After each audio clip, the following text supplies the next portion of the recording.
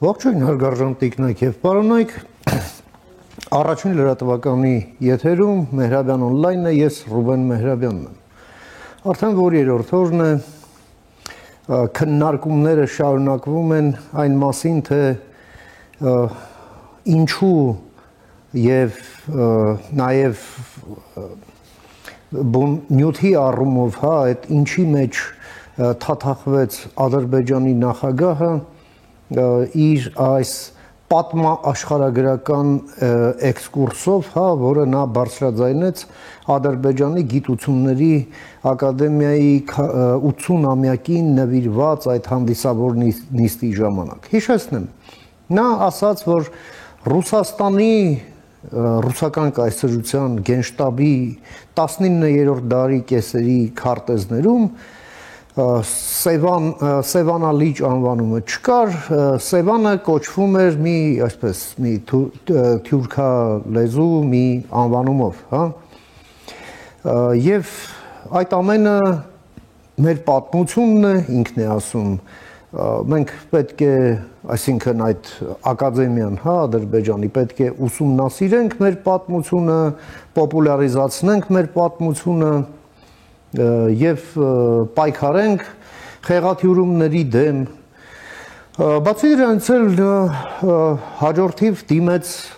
հայ ժողովրդին եւ Հայաստանին, որ ադրբեջանցիները երբեք սեպարատիզմի վիրուսով չեն տառապել եւ միայն օգուտ են բերել այն պետություններին, որտեղ նրանք ապրում են։ Եվ հայ ժողովուրդը չպետք է վախենա Ադրբեջանի վերադարձից։ Եվ երրորդը ինչ է ասում, որ մենք վերադառնալու ենք ոչ թե տանկերով, այլ մեքենաներով։ Իհարկե վերադառնալու է, որ ինչ անի, որպես ինչ է վերադառնալու, ինչի համար, դա իհարկե նա չասաց, բայց այնուամենայնիվ փաստը մնում է փաստ, որ օգոստոսի 8-ի համաձայնությունները, որի տակ հենց նաև իր ստորագրությունն է, ոչ պատմության մասին են, ոչ աշխարհագրության, բացառությամբ 91 թվականի եւ 91 թվականին գոյություն ունեցող սահմանների հիշատակումից։ Այսինքն այս խոսակցությունները հաստատապես ինքը եւս գիտակցում էր, որ միայն խանգարելու են այս ընթացքին կամ ինչպես ասում են նստվածք թողնեն, հաստատապես ոչ դրական։ Փորձենք հասկանալ նախ ինչու նա մտավ այդ Բոստանը, այսպես ասենք,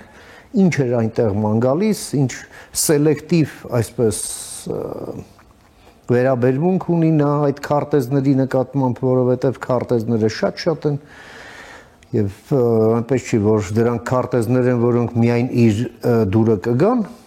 փորձենք հասկանալ։ Եվ այդ նպատակով ես մի հարգարժան հյուր եմ հրավիրել մեր տաղավարում, սիրով ուզում եմ ներկայացնել, մեր հյուրն է աշխարհագրագետ, քարտեզագետ, Հայաստանի Գիտությունների ազգային ակադեմիայի պատվավոր դոկտոր Ռուբեն Գալիչյանը, բարև եկել, պարոն Գալիչյան, ուրախ եմ ձեզ տեսնել ինչպես միշտ, շնորհակալ եմ հրավերս ընդունելու համար։ Պարոն Գալիչյան, դուք հենց ձեր մասնագիտության բերումով զբաղվում եք ընդհանրապես քարտեզներով, նաև այդ քարտեզների ժամանակագրությամբ, այդ տոպոնիմիկայով, այսպես ասենք, տեղանունների այդ պատմությամբ նաև, որը որտեղից է, ինչու է, մանավանդ մեր տարածաշրջանին վերաբերյալ։ Եվ ուրեմն ձեր զգացողությամբ, շատ լավ հասկանալով ինչի մեջ է մտնում, Ալիևն այնուամենայնիվ մտավ այդ դաշտը, որում այսպես շատ սելեկտիվ, ինչ էր ման գալիս տեղ, ինչ ստանալու ակնկալիքով, ձեր զգացողությամբ, համեցեք։ Ես կարծում եմ, որ մենք ունենք երկու տարբեր իրավիճակներ նախքան օգոստոս 18-ի պայմանագիր ստորագրելը եւ դրանից հետոն, որ արդեն ստորագրվեց եւ մենք մտածում ենք, որ մոտենում ենք աստիճանաբար խաղաղության, վերջնական խաղաղության։ Նախկինում երբեք այդ զգացմունքը չէր եղել, միշտ մտածում էինք, ապա պատերազմ լինի շուտով եւ այլն։ Եվ այդ ուղղությամբ էլ մեր տեսակետից մեր գործերն անում ենք ինչ-որ իրականության մոտ է, ինչ-որ իրականն է ներկայացնելու ամենին։ Ադրբեջանը ստորագրելով այդ պայմանագիրը, համաձայնագիրը, իրեն որոշ տեսակետից, քաղաքական տեսակետից դժվար վիճակի մեջ է դրել։ Եվ ես կանդրադառնամ մի քանի կետ իր մարդին, որոնք իր համար դժվար են։ Դժվարը նրանք են, որ օրինակ, երբ որ նախագահ Ալիևը մի քանի տարի առաջ, երբ մայիսի 2021-ի մայիսից հետո սկսեց հայաստանյան ինքնավար շրջաններից, ինքնիշխան տարածքներից գրավել բարձունքներ, վերահսկելու Հայաստանը եւ այն բարձունքներից եւ շուրջ 240 կիլոմետր 2 տարվա ընթացքում գրավեց, հայտարարություններ էր անում, որ որտեղ որ մեր զինվորը կանգնած է, նա մեր հողն է, Ադրբեջանն է։ Այս համաձայնագրով դա չեղարկվեց, քանի որ խոսում է Ալմատիի ժամանակ, այս ստորագրման ժամանակ տեղի ունեցած խորհրդային շտաբի քարտեզների սահմանների մասին, որոնցով պարզ հայտնի է, որ այդ տարածքները, որ գրավել է, իրենը չեն, քանի որ 2020 թվականի նոյեմբերին իրենք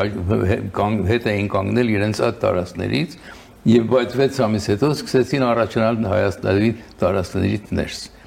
Դա տարիներ խոսելուց հետո, երբ որ ասում ես դու քո տարածքն է, հետո ինչպես պիտի ասես, ես համաձայնվել եմ, որ դա վերադարձնեմ Հայաստանին։ Ուրեմն ժողովրդի մի ձևով պիտի համոզես, որ չէ, մենք իրականության մեջ վերադարձնում ենք, բայց ուրիշ նպատակներ ունենք, մեր պահանջները Հայաստանից չեն պակասում։ Միշտ ավելանալու են։ Դա մեկն է։ Մյուսը Ալիևը հենց իրենց ակադեմիային 2005 թվականին, սրանից 20 տարի առաջ, հայտարարեց, որ եթե այն գիտնականները, պատմաբանները, աշխարհագրագետները, որ կարողանան համոզիչ գրքեր հրատարակել, որ Կովկասի հարավում երբևէ հայ բնակչություն չի եղել մինչև 1828 թիվը, եւ դրանք բոլորը վերվել են ցարական Ռուսաստանի բանակի միջոցով, Պարսկաստանից եւ Թուրքիայի արևելյան նահանգներից։ Այս գրատարակությունները բազմաթիվ են եւ շատ ամենտեղ տարածված։ Բայց այդ ամենը Վիկիպեդիայի մակարդակով ուղիղ հերքվում ասեմ։ Դա Վիկիպեդիան նրան չի հետաքրքրում, նրա ժողովուրդը Վիկիպեդիան չեմ կարծում շատերը կարդացած լինեն ինչ են։ Նա իր ժողովրդի համար ասում է, չէ, տեսեք, ես մեր նույնիսկ տարածաշրջանի անունները մենք թուրքերեն են։ Ուրեմն մենք էինք, մերն էր։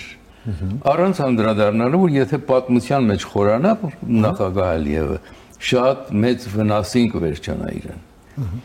Իրենք այդ երկիրը, որ այսօր Արաքսից հյուսիս գոյություն ունի, ստեղծվել է 1918 թվականին մուսուլմաններով, քուրդերով, չգիտեմ, տարբեր ցեղախմբերով, թաթարներով եւ այլն, որոնք 1918-1918-ին որոշեցին իրենց կոչել Ադրբեջան, Ադրբեջանի Հանրապետություն, որին իմիջիայլոց Պարսից կառավարությունը բողոքներ կայացրեց Թուրքիային եւ Օսմանյան կայսրությանը եւ Ռուսաստանին, որ դուք թղաջատեղյակ եք, որ այդ անունով նահանգ գոյություն ունի Պարսկաստանում, դուք չպիտի ընդունեք, որ դա դառնա երկրի անուն։ Հիմա էլ այդ նահանգը գոյություն ունի Արաքսից հարավ, որին մենք իր հին անվանումով Ադրբեջան ենք ասում, բայց ադրբեջանցիներ եւ պարսիկներ իրենք Ադրբեջան են ասում դրան։ Ուրեմն Ալիևի նկարտումներն այդ խառնելով այդ երկու երկրները իր երկիր եւ Պարսկաստանը մեզ դառնում միշտապես խոսել է մեծ Ադրբեջանի մասին, մեծ Ադրբեջանը Պարսկաստանի շուրջ 1/5 տարածքներն է առնում։ Եվ իրենց պատմաբանները, ուրեմն պատմաբաններին պատվեր տվեց, որ այսպիսի գրականություն պատրաստեն եւ դրանից 5 տարի հետո մենք շարք պատմաբաններին հենց ակադեմիայում նվերներ տվեց, որ դուք միշտ ձեր գործը լավ կատարել եք եւ ձեր գրքերը հրատարակել։ Այսինքն կեղծիքները ինչքան ավելի շատ հրատարակես, այնքան ավելի դրամ շահ կստանաս, քանի որ նվերներ կստանաս դրա համար։ Ադրբեջանի մտածելակերպը այն է, եթե դու սուտը մեկ անգամ գրում ես, երկու անգամ գրում ես, դիմացից ոչ մի արձագանք չկա, նրան հակառակող արձագանք չկա, ապա մեկ սերունդի ընթացքում դա դառնում է ընդունելի, քիչ-շատ, ոչ թե ասում իրականությունը, մեկ կամ երկու ծերունդ հետո էլ դա դառնում է իրականություն, եթե դրան ոչ ոք չհակասի։ Բայց հայ պատմաբանները եւ այլն եւ աշխարհագրագետները բավականին մեծ թվով հոդվածներ են գրել ժամանակին այդ արդիվ, սակայն դրանք բոլորը հրատարակվել են հայերենով եւ մի մասն էլ փոքրիկ ռուսերենով, այնպես որ արևմուտքում դրանք ոչ ոք չի տեսել։ Եվ հետեւաբար Ադրբեջանի գրականությունը, երբ որ սկսեց հատկապես անկախությունից հետո անպայման տարբեր լեզուներով հրատարակել եւ ծրև աշխարհով մենք պետք է սկսեինք դրա դիմացը իրականությունը ներկայացնել, որպեսզի բանաց հավասարակշռությունը պահպանվի, ժողովուրդը հասկանա իրականությունը, դրանից մեկի ինքը ջոկի եւ հասկանա ինչը։ Դրա այդ ճանապարհին է, որ այս խոսքերն ասեց Ալիևը, անցյալ շաբաթ էլ գնացան քանի օր առաջ էլ ակադեմիային նույնպես դրա մասին էր խոսում, որ այս տարածաշրջանի անունները օրինակ Գիսեվանանդի կճիճը կոչված է Գոկչա։ Այո, ճիշտ է, եւ պարսիկները թրքախոս ատրպատականի ժողովուրդը սկսեց ապրել այս տարածքում, քանի որ 17-րդ դարից հետո, Շահաբազից հետո, մինչև 1828-ը, համարյա 200 տարուց ավել, այդ շրջանը Պարսկաստանի գերիշխանության ներքո էր։ Պարսկաստանի այդ շրջանի ժողովուրդը, ատրպատականի ժողովուրդն էր 16-րդ դարում, 15-16-րդում դարձել էր թրքախոս։ Այո։ Եվ այդ իրենց թրքական անունները դրեցին դրա վրա։ Բայց եկեք տեսեք, որ նույն ընթացքում, երբ որ ցարական Ռուսաստանի մասին է խոսում նախագահ Ալիևը, կան մեծաթիվ եվրոպական եւ անգլիական քարտեզներ։ Ամենահայտնի աշխարհագրագետը Քիպերտն էր, Հայնրիխ Քիպերտը, գերմանացի,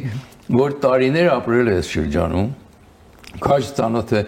քրդական խնդիրներին, հայկական խնդիրներին, կուսմանական, թուրքական եւ այլ խնդիրներին, բազմաթիվ հրատարակություն ունի։ Քարտեզագիրը շատ կարևոր քարտեզագիրներից է 19-րդ դարի։ Դրա բոլոր գրքերում Սևանա լիճի վրա գրված է Սևանա կամ Գոկչա լիճ։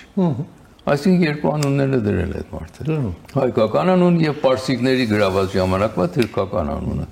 Բայց դա ոչինչ չի նշանակում։ Սևանա լիճը եղել է Հայաստանի տարածքում, կմնա Հայաստանի տարածքում։ Ինչքան էլ նախագահ Ալիևը այդ գործը փորձի այդ անվանումները, տեղանուններն են նույնիսկ դրանց հետ խաղալ, դա արդյունք չի տալու։ Մի բան էլ որ կա, պարոն Ալիևը որ ստարագրել է այդ օգոստոս 8-ի փաստաթուղթը, դրա մեջ նշված է, որ Ադրբեջանը այլևս հակահայկական քարոզչություններ չի անի եւ առաջ կառնի, բայց եկեք տեսեք, որ իր ասածին հակառակ հայլեր է վերցնում։ Եվ մեկ ուրիշն էլ է նման քայլերից Հայաստանի եւ Նախիջևանի ու Պարսկաստանի սահմանի քարտեզներ, մեծադիր քարտեզը, որի վերևը գրված էր ադրբեջաներով Զանգեզուրի Միջանցքի քարտեզը։ Այո, մենք մեր նախորդ անգամ խոսեցինք դրա մասին։ Այդ Զանգեզուրի Միջանցքը ինքը պարոն Ալիևը գիտի, որ ստորագրած փաստաթղթերի մեջ այդ անունը գոյություն չունի։ Բայց թողերը որ այդ գործը անվի, տպվի իր ներքին խոհանոցի համար, ժողովուրդը տեսնի, որ հա, տեսեք, չնայած այդ մենք ստորագրել ենք, բայց Զանգեզուրի Միջանցքը կա։ Երեք էլ այդ ադրբեջանցիներից մեկը խոսում էր, դե դուք Զանգեզուրի Միջանցք ուրիշ մտքով եք հասկանում, մենք ուրիշ մտքով ձևով ենք հասկանում։ Մեր տեսակետից տարանցիկ ճանապարհ է, ձեր տեսակետից արդեն ուրիշին դրված հող է։ Բայց իրենք իրականության մեջ աշխատում են իրենց ժողովրդին համոզել, որ այդ Զանգեզուրի Միջանցքը մեր հողն է, մերն է լինելու, մենք ենք տեղից անցնելու։ Իրականությունը դա չի լինելու։ Իրենք գիտեն, իրենք ստորագրել են, վավերացրել են։ Դա չի լինելու։ Բայց մենք էլ պետք է որոշ չափով նկատողության ձևով մեկ բան ուղարկել, տեղեկություն տայինք Ադրբեջանում, ճիշտ չէ ձեր ասած, քանի որ չի համապատասխանում մեր երկկողմ ստորագրած այդ փաստաթղթերին։ Դրա համար էլ մեր ընդդիմությունը այդ քարտեզը վերցրեց, ինչպես հիմա վերցնելու Գոկչա անվանում եւ տարածելու տեսեք մենք արդեն տպավորություններ որ մի տոն, մի ուրախություն, որ այս ինչ լավ բան էր, որ Ալիևը sense բան ասաց ու այդ խոսացող գլուխները եթերներից չէին։ Այո, դրանց որովհետև իրենց շահն է պաշտպանում, իրանք ուրիշի շահն են պաշտպանում, Ադրբեջանի շահները ներառյալ դրա հետ։ երկուսը միասին պաշտպանում են այդ դրարերը։ Թե չէ մեր դնդիմություն, ինչպես անցյալ անգամ էլ ասացինք, եթե տեսել այդ քարտեզը հրատարակված է, պետք է Ալիևին մի հատ պատկամ ուղարկել, որ բան նախագահ։ Ճիշտ չի, որ այդ քարտեզագետ այդ շրջանի վրա Գազանգեզուրի անունը դրել, քանի որ դա գոյություն չունի ըստ ձեր ստորազրծ պայմանը համաձայնագրերի։ Բայց տեսեք, որ հակառակն են անում։ Այսպես որ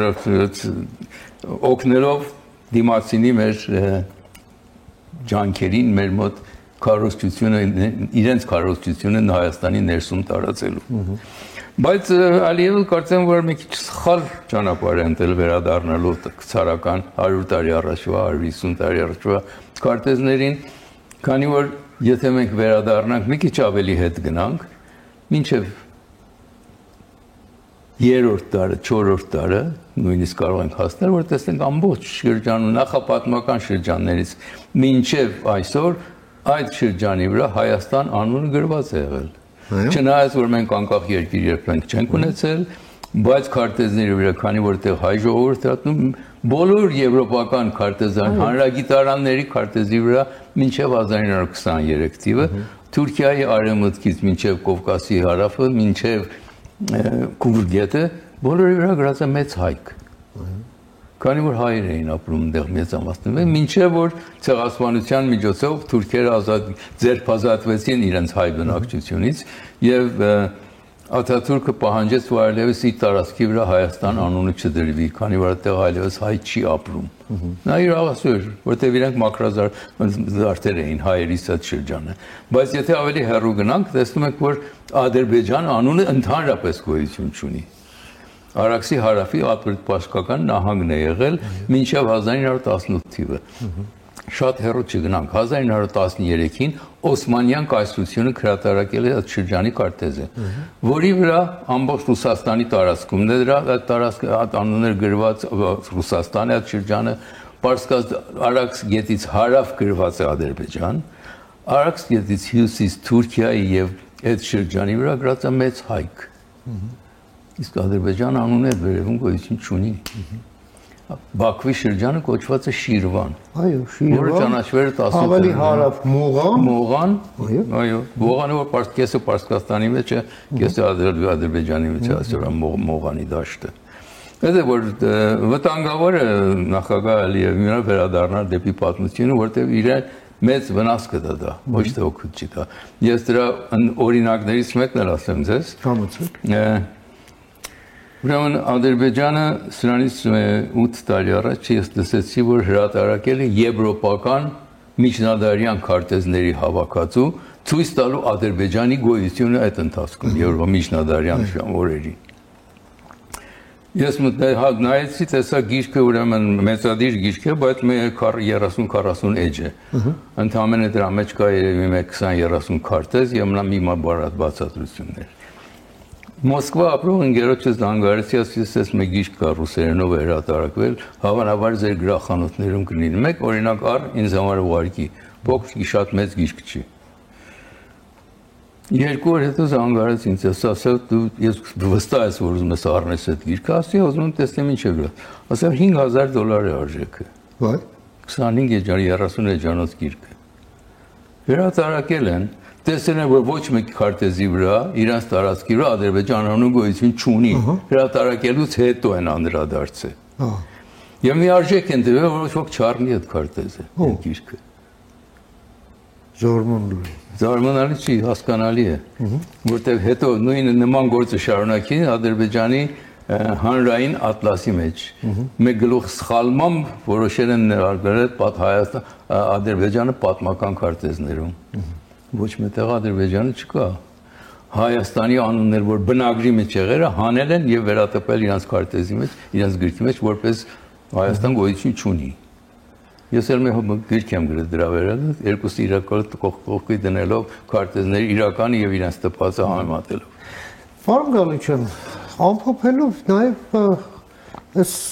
խոսակցություններին զուգահեռ Օրբելի կենտրոնը մի մեծ համաժողով է անցկացնում եւ ժամկետներով էլ այսպես ասենք ոնց որ եկավ ու տեղավորվեց այս խոսակցությունների համատեքստում եւս, հա, մանավանդ այնտեղ ադրբեջանցի փորձագետներ էին մասնակցում, Ադրբեջանի պետական լրատվական գործակալությունն է նաեւ այնտեղ հավատարմագրված աշխատում են։ Վարչապետն էլ իր որպես հիմնական զեկուցող, երբ ելույթ ունեցավ, անդրադարձավ դրան, ուղղակի խորհուրդ տալը, որ պատմության հետ մի քիչ զգուշ եղեք, էլի։ Մեկ երկրորդը եկեք հետ չգնանք, առաջ նայենք։ Այն ինչ որ ամսի 8-ից մենք բան ենք արել, եկեք պատմությունն ինքներս ստեղծենք, էլի, ոչ թե լինենք միայն սպառող։ Ու զուգահեռներ բերեց, որ Կիրովական կար ու Կիրովաբադ կար, բա այդ անունների հետ ինչ պիտի անենք։ Մինչև այդ Ալեքսանդրապոլ ու Ելիզավետպոլ կար, բա դրա հետ ինչ անենք։ Մի պետքա ռուսները գան, ասեն մի րոպե, ցենց անուններ կա, մենք այս ենք անելու, այն ենք անելու, հասավ մոնղոլներին, ասում մի օր էլ մոնղոլները կգան, կասեն մենք ձեզ ասելու բան ունենք։ Ինչ անենք սա։ Կամ ավստրիո-հունգարական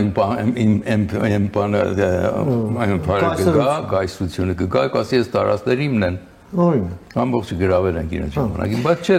ճիշտ նույնները ես խոսքից սկզբում ասացի, տեսեք պատմությունը նախքան օգոստոս 8 եւ դրանից հետո մեր վերաբերմունքը դեպի պատմության տարբեր պիտի լինի։ Այսօր մենք դեպի խաղաղություն պիտի գնանք, այն ժամանակ խաղաղության հույս չկար։ Հիմա որ հույսը կա, ճիշտն է, որ մենք հանդիպումներ ունենանք, բանակցություններ ունենանք, դժվար կլինի սկզբում նրանց համար ընդունելը մեր իրականությունը, մեր համար դժվար ընդունելի կլինի նրանց որոշ ասածները, բայց պետք է մի համաձայնության կան, քանի որ պարտավոր ենք, որ խաղաղությունը վերջնականապես հաստատել մեր երկրների մեջ, քանի որ թե նրանք էլ շահագրգռված են խաղաղությամբ, թե մենք ենք շահագրգռված խաղաղությամբ։ Ցավոք սրտի Ալիևը ներքին շուկայի եւ արտաքինի համար տարբեր մոտեցումներ ունի,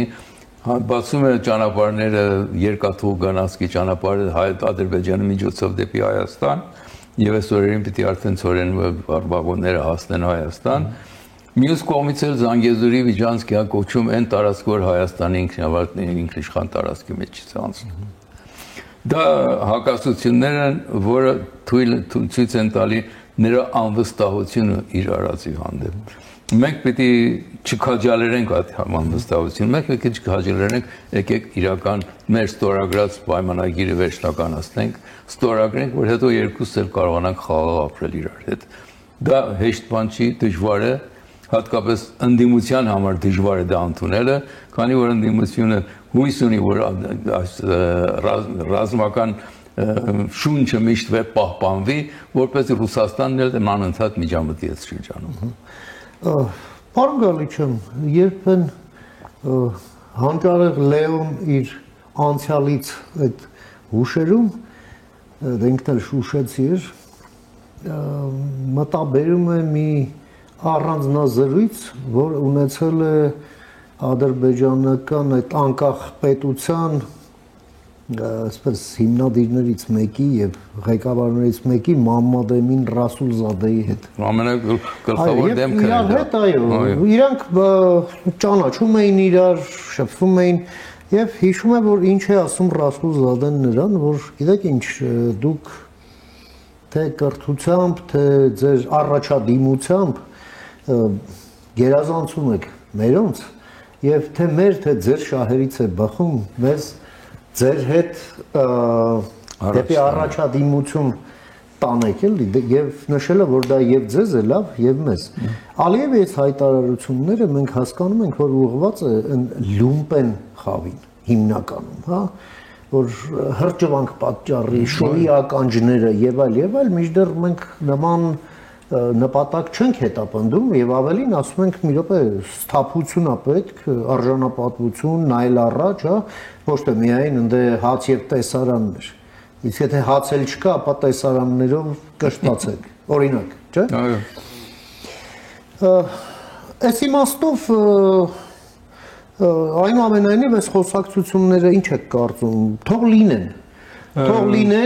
մենք էլ բաց գոնե խոսենք իրար կասենք ինչ ենք մտածում սրա հետ կապված ինչու ենք մտածում սրա հետ կապված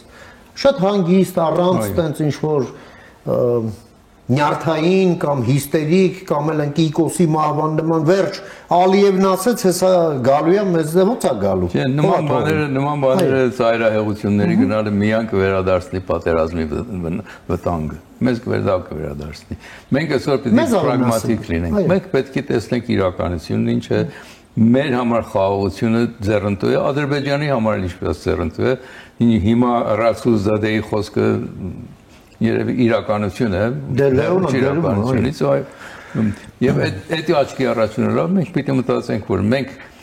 գոնե Ալիևի նման այսպեսի ծայրահեղությունների չգնանք, որ երկու կողմ չլինեն այդ բաները,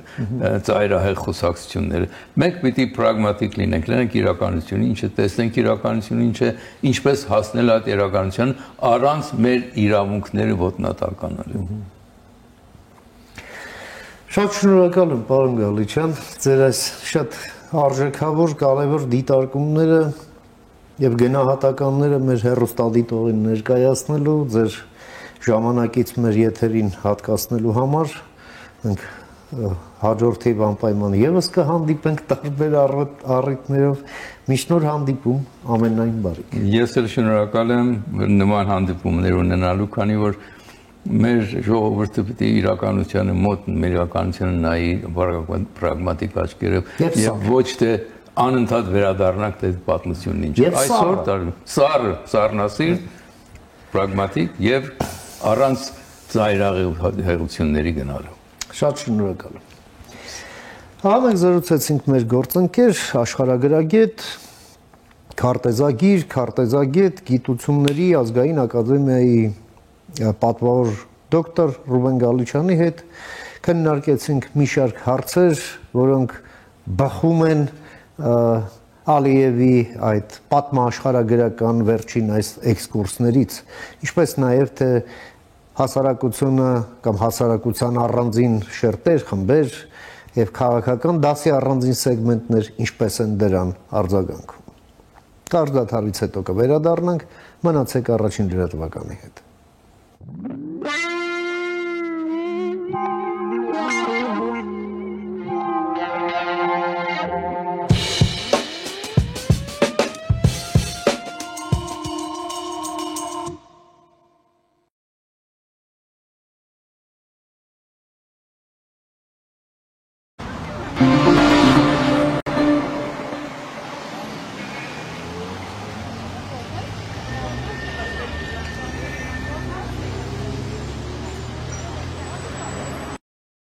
Ջերուսման սեզոնին ընթരാճ մեծ ակցիա իդեալ համակարգում։ Իդեալ համակարգը ներկայացնում է նոր խնայողության բանաձև։ Ջերուսման ամբողջական խնայող համակարգ, գումարած 100,000 դրամ արժողությամբ սերտիֆիկատ, բաժանած 18 ամիսների հավասար է 0% տոկոսադրույք։ Այսինքն ձեռք բերելով Ջերուսման ամբողջական խնայող համակարգ մատչելի գնով ստանում եք 100,000 դրամի սերտիֆիկատ իդեալ համակարգի կողմից։ Իսկ վճարումը կարող եք կատարել ապառիկ 18 ամիս առանց որևէ տոկոս վճարելու։ Կան տարբերակներ, կա իդեալական տարբերակ։ Մանրամասները idealsystem.am Իդեալ համակարգ 28 տարի դեպի կատարելություն։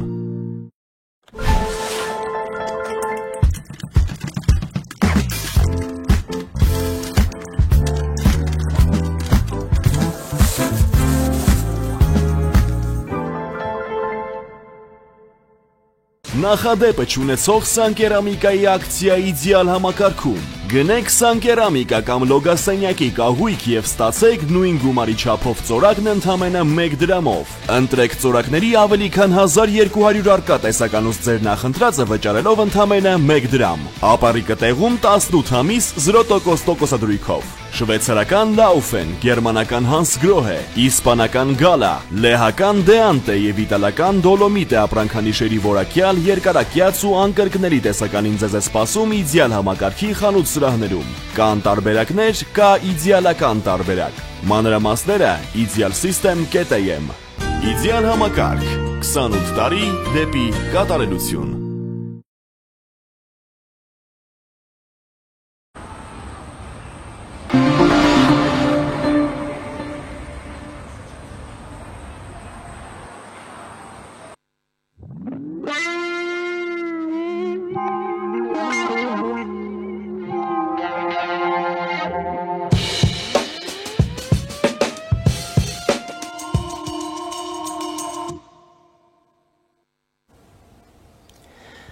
Շարունակում ենք մեր թողարկումը, առաջին լրատվականը եթերում Կրկին Մեհրաբյան on-line-ն է, ես Ռուբեն Մեհրաբյանն եմ։ Օգոստոսի 8-ին կայացած համաձայնություններին վերաբերող բոլոր փաստաթղթերը բաց են, հասանելի եւ այդ գրածներն էլ ավելորդ անգամ չմեջբերենք դրան ծանոթ են բոլորը։ Ամենայն դեպս բոլոր նրանք ում դա հետաքրքիր է։ Այդ համաձայնություններից շուտով կլրանա 3 ամիսը եւ ակնհայտորեն տարածաշրջանում փոփոխություններ են սկսվել։ Դրանցից ամենանշանակալին թեկուզ այն է, որ Հայաստանը եւ Ադրբեջանը փոխադարձաբար իրար նկատմամբ հանել են բոլոր սահմանափակումները, որը վերաբերվում է բեռների տարանցմանը։ Համենայն դեպս այդ մասին հայտարարություններ են արել, իսկ Ադրբեջանի տարածքով առաջին խմբականակ ցորենն է գալիս Հայաստան, ինչը կարելի է ասել 1988 թվականից հետո տեղի չէր ունեցել եւ ահա տեղի է ունենում։ Սակայն զուգահեռաբար մենք ունենք մի իրավիճակ, երբ խաղաղության պայմանագիրն Ադրբեջանի հետ Վաշինգտոնում մենք նախաստորագրեցինք, բայց դեռ չենք ստորագրել։ Բացի դրանից, Ադրբեջանն անում է քայլեր, այսպես ուղղված այդ օգոստոսի 8-ի համաձայնությունների դրույթների իրականացմանը, բայց մյուս կողմից էլ Ալիևն էլ տարբեր բաներ է խոսում, որոնք հաստատապես հակասում են օգոստոսի 8-ի համաձայնությունների ոգուն։ Եվ ահա այս համադրության մեջ փորձենք հասկանալ ինչ միտումներ են ուրվագծվում ըստ այդմ մեր տարածաշրջանում եւ ուր են դրանք տանում կարճաժամկետ, միջնաժամկետ եւ երկարաժամկետ հեռանկարում։ Փորձենք հասկանալ։ Եվ այդ նպատակով ես մի հարգարժան հյուր եմ հրավիրել մեր տաղավար, ում սիրով ուզում եմ ներկայացնել, մեր հյուրը Միացյալ Նահանգներից է, Ատլանտայից, կոնֆլիկտների կարգավորման հարցերով փորձագետ, իրավագիտության դոկտոր Հրայր Բալյանն է։ Բարև ձեզ, պարոն Բալյան։ Բարի գալուստ Երևան, ուրախ եմ ձեզ տեսնել։ Շնորհակալ եմ, որ ժամանակ գտաք այցելել մեր տաղավար։ Ես եմ շնորհակալ։ Եվ ուրեմն դուք ուշով հետևելով այս իրադարձություններին, որոնք տեղի են ունենում օգոստոսի 8-ին եւ օգոստոսի 8-ից հետո, ինչ միտումներ եք տեսնում հետագա դեպքերի ընթացքը կանխորոշող, հա, այսպես համեցեք։ Շնորհակալ եմ գրգին։ Ինձի համար իմ տեսանկյունից ստիպված օգոստոս 8-ի այս տրիփի շատ համաձայնագրեր կային, շատ բաներ փաստաթղթեր ստորագրեցան, նախաստորագրեցան եւ այլն, բայց տրիփի ուրեմն համաձայնագիրը մի քիչ թադարգ է այսօր։ Եթե ոչ ամբողջովին թադարգ է, չասենք։ Բայց Կարևոր մեկ հարց մգաս տրիփի հետ։ Այս տրիփի ստորագրությամբ նվազագույնը բادرազմի գարելույությունը հետաձգված է այսօր։ Նվազագույնը հետաձգված է։ Հիմա թե ինչքան ժամանակով հետաձգված է, թե իսկապես մեջտեղեն վերցված է, ադիգա գախյալ բիդլա տրիփի մանրամասնություններ են։ Եվ մյուս համաձայնագրերու, մյուս փաստաթուղթերու մանրամասնություններ են։ Տրիփի մասին այսօր մանրամասնություններ գոյություն չունին։ Բարձրապես քաղաքապարման է։ Ադորթեմ կա նաև փող ուրեմն շահերը Հայաստանի, որ Հայաստանն աբիդունենա գարելույություն օգտագործելու շրջանի ուղիները, ճանապարհները եւ այլն։ Եվ դա էլ է գրած օգոստոսի 8-ի այդ դեկլարացիայում։ Այդ թադարգ է, մանրամասնություն գոյություն ունի։ Ինչպես դուք հավանաբար ինձ միավորի լավ գիտեք, որ հագամարտություններու ղեկավարման որևէ մեկ համաձայնագիր գախյալ է մանրամասնություններ են։ Այսինքն, ինչպես մենք կսենք Սատանան մանրուքների մեջ է։ Սատանան մանրամասնություններու մեջ է, կամ ինչպես որ դուք կսեք այստեղ շանքլուխը մանրամասնություններու մեջ է։ Ես այսօր մի քիչ լավ զգացի այսօր առավոտ Օրբելի ուրեմն ֆորումին մասնակցեի եւ արտգործնախարարը պարոն Միրզոյանը ուրեմն զրույց ունեցավ այնտեղ 1 ժամնոց եւ իրեն դվին շատ մահացումներ նաեւ թրիփի մասին մեզի դերեկացուց, մեզի հավաստիացուց, որ ուրեմն Հայաստան այսօր ինտենսիվ այս բառը կորզածեց ինտենսիվ բանակցություններում մեջ է Ամերիկայի Միացյալ Նահանգներու Թրամփի վարչագահին հետ այս թրիփի մանրամասնությունները զարգացնելու շատ լավ եւ նաեւ հավաստիացուց որ այդ մանրամասնությունները անգամ որ ճշտվին պիտի բարձվին բոլոր ժողովրդին գրգին շատ լավ մոդեցում է մինչեւ այդ մանրամասնությունները չտեսնանք ես չեմ գտնալ ասել թե այս թրիփը իսկապես խաղաղություն պիտի բերե Հայաստանի թե ոչ գուսան կբերե բայց չեմ գտնալ ասել չեմ գտնալ հավաստիացնել որ վստահորեմ որ այդպես պիտի լա մանրամասնություններ են գախյալ են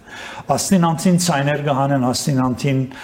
հագասական հայտարարություններ կլան Ադրբեջանը իլյա ուրիշներու գոմե ես շատ կարևորություն չեմ դար այդ խոսակցություններուն կսպասեմ տեսնալ թե ինչ են այս ուրեմն համացայնվելիք մանրամասնությունները դակավին համացայնվելիք մանրամասնությունները ինչքան շուտ այնքան լավ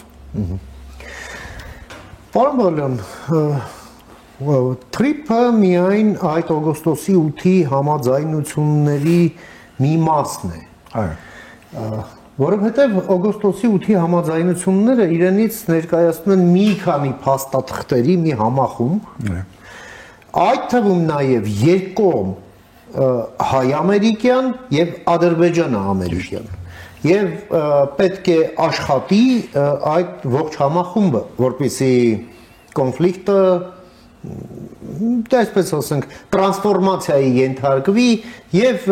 շահերն էլ վերափոխվեն հա այդ կոնֆլիկտող կողմերի այլ ձևավորվի ինչ որ ընդհանուր շահ Հա, այնպես ինչպես Եվրոպայում արեցին, ասենք երկաթի եւ ածուխի հետ կապված, իսկ մեր պարագայում էլ դա արվում է կոմունիկացիաների հետ կապված, հա, դրա հիման վրա է ձևավորվում ընդհանուր շահ եւ Ամերիկան դա է անում ըստ էության։ Ինչ եք կարծում, բայց Չէ որ Եվրոպայում այդ ամենը նաև արվում էր ընդհանուր արժեքների հենքի վրա, չէ՞։ Այդ հետնացիստական, որ պետքա ժողովրդավարական կարգեր լինեն եւ բոլորը բոլորի հետ պայմանավորվեն։ Այո։ Մինչդեռ այստեղ մենք գործ ունենք շատ հստակ ավտորիտար ռեժիմի հետ, որն էլ դեռ հարց է Ալիևի այդ խոսակցությունները, որին ես համաձայն եմ, շատ մեծ նշանակություն տալ պետք չի, բայց մյուս կողմից էլ ինքը խնդիր ունի իր հասարակության հետ, իր հետագա քայլերը բացատրելու համար։ Այո։ Համեցեք, այս խազումը ո՞նց է լուծվում։ Նայեցեք, չեմ գտնալ ասել թե Ալիևը ինցեով պիտի կարենա բացատրել այս համաձայնությունները Հայաստանի հետ իր ժողովրդին եւ որ անցյալ 25 տարիներու ընթացքին իր նախագահության ընթացքին Հայաստանը եղած է Ադրբեջանի թիվ 1 դաշնամին Սադանան եւ այլն Դագավին Ալիևը կշարունակե սպառնալիքներ ուղղել ավելի քիչ մի քիչ ավելի մեղմ ծևով հայաստանցի ուղղությամբ Սևան չէ ուրիշ բան է դեղահանվածները ազերի դեղահանվածները Հայաստանից պետք է վերադառնան եւ այլն, բայց ոչ մի խոսք Ղարաբաղցի, Արցախցի դեղահանվածներու վերադարձի իրավունքի կամ իսկապես վերադարձի մասին։ Շատ արգախ հարցեր կան Հայաստանի եւ Ադրբեջանի միջեւ այսօր։ Թրիպը միան չէ, միան կոմունիկացիաները չեն, միան ուղիները, երկաթուղի, ջամփուղի, գազամուղ եւ այն, ասում չէ հարցը միան։ Կան շատ ուրիշ հարցեր։ Ինչպես նշեցի, արցախցիներու վերադարձի իրավունքը 150,000 արցախցի դեղահանված են իրենց հազարավոր դարվա հայրենիք են եւ գոյություն ունի այսպես ասված վերադարձի իրավունքը։ Հիմա այդ հարցը ինչպես կարձածվի, ինչպես կխոսվի այդ մասին, ինչ լուծումներ կգտնվին, խնդրոարարգա պետք է լա, որտեղ մինչև անադեմ որ այդ հարցը չի գարկավորվի, որտեղ կոնֆլիկտի մաս կգազմի, մինչև անադեմ որ այդ հարցը չի գարկավորվի,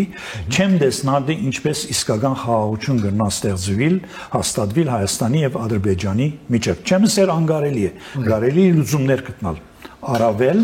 այսօր ունենք նվազագույնը 23 բադանտ, հայ բադանտներ, ղեկավարներ, նախկին Արցախի նախկին ղեկավարներ, որոնք Բաքուի փանդերու մեջ են։ Այդ մասին ոչ մի խոսք այն բոլոր փաստաթուղթերու մեջ, որ ստորագրվեցան Հայաստան, ինչպես նաև ոչ մի խոսք վերադարձի իրավունքի մասին։ Ունենք մշակութային գոտորներ մենք Արցախի մեջ, որ այսօր գաղավավին, նույնիսկ գավերվին, նոր լսեցի 3 դակավին, որ գազեմ հաթրուցին վստահ չեմ գներեք, գազեմ հաթրուտի մեր նոր եկեղեցին ավերած են ըստ երևույթին, նորերս, աս վերջերս։ Աս հարցերը եթե արգամանան եւ փորձենք քորքին դագը ավլել եւ մորնալ ես խորին որ վերջի ասարցերը մեջտեղ պիտի կան եւ մեզի խազնեն շատ ավելի խիստ ձևով քան թե եթե այսօր մենք կարենանք նվազագույնը խոսիլ ասարցերու մասին եւ իհարկե անշուշտ լուծումներ գտնալ ասարցելու առնչությամբ ինձ մտահոգողը ասոնք են։ Հիմա ուրիշ բաներ ստորագրվեցան օգոստոսի 8-ի հանդիպման օրինակի համար բանի OSCE Minsk Group-ի ուրեմն չեղարկում ամբողջը։ Նայեցեք, ադիցը շատ ինձ չի մտահոգել, որովհետև Minsk Group-ը արդեն երկար տարիներ է անկորձ էր։ 20-ին իվեր իսկապես անկորձ եղած է Minsk Group-ը, ուրեմն արդեն դե ֆակտո արդեն գոյություն չուներ Minsk Group-ը, կամ թերագադար չէր որևէ մեկ բանի մա, Եվրոպայի միությունը, Ամերիկան, հիմա նորեն Ամերիկան, ուրեմն ծեր կարած են բոլոր բանակցություններու հարցերը եւ երկկողմ բանակցություններու սկսված են։ Ուրեմն Minsk Group-ի մեջտեղն վերջին ինձ չի մտահոգիր։ Okay, դիգա ադես կուզեն եղավ վերջ։ Գան այլ հարցեր։ Հայաստանը ինչ իրավունք պիտի ունենա Ադրբեջանի հողային տարածքի ընդմեջեն իր հարաբերությունները բահելու օրինակի համար Իրանի հետ։ Ասիկա մաս կգազմի թրիպին, բայց նորեն մանրամասնություններ գոյություն չունին։ Ինչ հարաբերություն, ինչպես արդյոք պիտի կարենանք Նախիջևանի վրա անցնել թեպի Իրան, որ ավելի թյուրին ճամփա է, քան թե Սյունիքի վրայով։ Արդյոք պիտի կարենանք Ադրբեջանի վրայով մենք անցնել եւ Ռուսաստանի հետ գաբը, մեր գաբը բահել, տրանսպորտային ամեն տեսակ գաբերը։ Եվ այլն։ Ուրեմն թե շատ կորձ գանելիք, լավ է որ սկսված է, շատ կորձ գանելիք եւ գուսամ որ որոշ տեղեր Հայաստանը պիտի կարենա կարմիր քիզեր ունենալ, այսինքն ամեն բանջվածը չդա եւ կարմիր քիզեր ունենա, որ աս կարմիր քիզեն անտին չենք անցնել մենք, վերջ, հոնգ գենանք։ Պարոն Բալյան, դուք շատ ու շատ կոնֆլիկտներով զբաղվելով այնուամենայնիվ եւս մի բան վստահ եմ կնկատեք, հա, որ շատ որոշակի ասիմետրիա կա Հայաստանի եւ Ադրբեջանի միջև, հա, այս կոմունիկացիայի հարցում։ Չէ, աշխարհագրական գործոնը նկատի ունեմ։ Ի վերջո, ոչ թե մենք ենք շրջափակել Ադրբեջանին, այլ Ադրբեջանն է շրջափակել մեզ։ Հիմա, լավ Եթե տեղի ունենում ապա շրջափակում, ապա Ադրբեջանին թվում է, թե ինքը մի մեծ լավություն է անում։ Իսկ երբ որ մենք օրինակ բացում ենք ճանապարհը, ասում ենք, ասենք Նախիջևանի համար եւ այլ, դա համարժեք չի այն լավությանը, հա, որը Ադրբեջանն անում է մեզ։ Եվ նրանք ինչ-որ ասում են, չէ, էլի համարժեք չէ, էլի ձեր ընդառաջ արած քայլերը մեզ։ Ես YouTube-ի տարբեր եթերներից ադրբեջանցի փորձագետներ են տարբեր հարցերով խոսում, ես բարբերաբար լսելով, այսինքն կարմիր թելով էս անցնում, էլի որ Հայաստանը խեղդված էր, մենք հասել էինք դրան, հիմա մենք գնում ենք դրան, ապա շրջափակում ենք, մենք հարց ենք տալի, մենք ինչ ենք ստանում դրա դիմաց եւ ոնց որ Հայաստանը մեզ առանձնապես տալու բան չունի եւ մեզ կարող է դա մի օր դառնա ուղակի անհետաքրքիր։ Սա է ասում։ Գիտեք, մի քիչ առաջ Օրբելի ուրեմն ֆորումին panel մգար, ինչ կսեն հայերեն panel-ին։ Այո, պանելային քննարկում։ Հա, քննարկումներ, չինացի մասնակետ մգար, ռուս մասնակետ, բարսիկ մասնակետ, հայ մասնակետ, գոհոսեին ճիշտ ճանապարհներու աբաշրջապակման մասին։ Այն ինչ որ հստակ է աս խոսակցությունն են, ինձ այն դպավորություն սկես որ այս ճանապարհներու աբաշրջապակումը միան Թուրքիա եւ Ադրբեջանի համար չէ։ Շատ ավելի անտինգանց։ Չինաստանը հետաքրքրված է որ ճանապարհները աբաշրջապակվին։ Եվ Չինաստանը հագարակ որ Չինաստանը Ադրբեջանի վրայով ճանապարհ Ադրբեջանի եւ Վրաստանի վրայով ճանապարհ ունի թեպի Սևծով շատ հետաքրքրված է նաեւ ունենալ Հայաստանի վրայով ճանապարհ Ադրբեջան-Հայաստան եւ Վրաստանի վրայով նորեն Սևծով Միջազգային այս մեծ դերությունները միշտ կփնտրեն այլընտրանքներ, այսինքն չեն ուզեր միան վստահիլ մի երկրի վրա, մի ճանապարհի վրա։ Չես գիտեր ինչ կբադայի այդ ճանապարհը, չես գիտեր ինչ կբադայի այդ երկրին գրնա ներքին բادرազմ ունենալ, ինչպես մատուցա։ Ֆորս մաժորը լալ, լերը փլիրին նա ճանապարհի վրա։ Երկրաշարժ, չգիտեմ։ Հա։ Գիտեք հազարավոր ուրեմն վագոններու, պերնադարներու հարց կստեղծվի եւ որ ճանապարհները անգամը որ բացվին եւ սկսին օգտագործվել։ Այսինքն մեծ ֆինանսական մեծ կումարներու մասին է որ գխոսենք։ Չինաստանը հետաքրքրված է։ Միջին Ասիա երկիրները հետաքրքրված են այս ճանապարհներու աբաշրջապակման եւ նորեն կգտնեմ մի ճանապարհի աբաշրջապակումը չէ, այլ ցանցը ճանապարհներու ցանցը պետք է գոյություն ունենա, որ իրենց գարենան, իրենց տնտեսական շահերը հետապնդել եւ ինչու՞ չէ նաեւ Հայաստանն ու Ադրբեջանը ու Թուրքիան շահիլատ մյուսներու տնտեսական հետաքրքրություններից, չէ՞։ Իհարկե։ Այսինքն բոլորը այս ճանապարհի մեջ շահագրգռված են բոլորը թե Ասիայում, թե Եվրոպայում։ Եվ սա միջմայր ցամաքային հաղորդակցությունների մասին է խոսքը դեռ։ Գիտեք ինչ, մինչև այսօր այս բաները, փոխադրությունները, ապրանքներու փոխադրությունը, մեծ քանակի փոխադրությունները նավերու օվկիանոսներով վրայով գլա։ Եվ այդ օվկիանոսները գանցին ուղի Սուեզ կանալեն։ Կարմիր ծով եւ Կարմիր ծով այսօր ինչ տեղի ունենա Կարմիր ծովի եւ Հութիները ռմբակոծում են Հութիները ռմբակոծում են Սվեզ քնալի կարողությունները սահմանափակ են եւ շատ ավելի երկար կդեվերացնավու ճանապարհը քան թե եթե երկաթուակծով եւ ճանապարհներով ասպերնադարները անցնին ուրեմն հարավային Կովկասի վրայով շրջանցներով Ռուսաստանը ադալ կա չմոռանք Ռուսաստանը շրջանցնելու հարց կա քանի արևմուտքի մտքի մեջ ուրեմն երբ որ այս ճանապարհը կօգտագործվի օվկիանոսներու թեմ բանը ժամանակը որ գարնի այս ապրանքները փոխադրելու գիսով կնվազեցվի եթե ոչ ավելի այսինքն լուրջ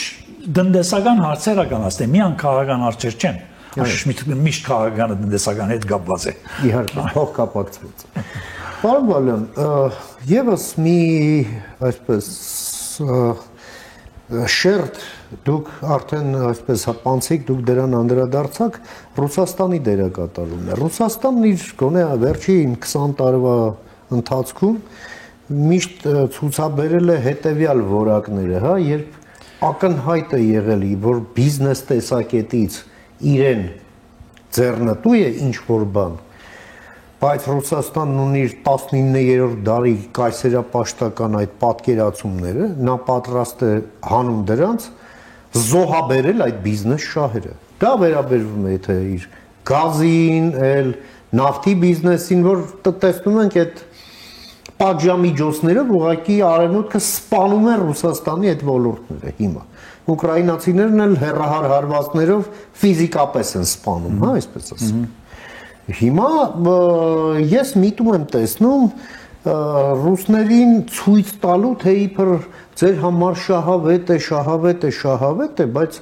ռուսները ատամ կրճտացնելով, բայց ձև են տալիս, թե իբր այո, շահավետ է։ Պաշտոնական Մոսկվան շատ համեստ է խոսում այս ամենի մասին։ Թրիփի մասին է խոսում։ Այո, ընդհանրապես եւ այս համաձայնության եւ միջին միջանցքի խոսում են, բայց զգացվում է, ես քանի որ եւ Ռուսաստանում սովորել եմ, հետները շատ շփում ունեցել եմ եւ այդ ասենց ենթագիտակցությունն եմ լավ պատկերացնում։ Հաստատապես ատամ են կրճտացնում այս ամեն ինչի վրա։ Ինչ անենք սրա հետ։ Հիմա Թրիփի առնչությամբ ուրիշ հարց մնա գա, որ չխոսեցինք, հիմա որ դուք արձանագրեցիք Ռուսաստանի հարցը, այդ հարցի մասին խոսին։ Որոշ դերակցություններ կան, որ Ամերիկայի մտքի մեջ նվազագույնը Թրիփը Ռուսաստանի եւ Բասկաստանի սահմանափակելու isolationելու ինչ կսաներեն մեկուսացնելու մեկը մյուսից տարանջատելու մեկուսացնելու նպատակ կա այստեղ եթե իսկապես Թրիփը ամերիկան օգտագործե որ Ռուսաստանը եւ Բասկաստանը մեկուսացնե ցես գվստահեցնեմ որ Թրիփը գծախողի Թրիփը գծախողի Պետք է մենք ամեն չանք տապենք Ամերիկային համոզելու, Արևմուտքին համոզելու, որ Թրիփը չօգտագործվի իրենց ջեոպոլիտիկ բայկարներու մեջ, հա? Թրիփը մնա այնինչ որ հայտարարված է, այսինքն աբաշրջապագում բոլոր ճանապարհներու, ցանցերու, կոմունիկացիաներու եւ այլն չօգտագործվի քաղաքական իրենց հետին նպատակներում հակադրի Ռուսաստանի եւ Բասկաստանի Բասկաստանը այս ուղղությամբ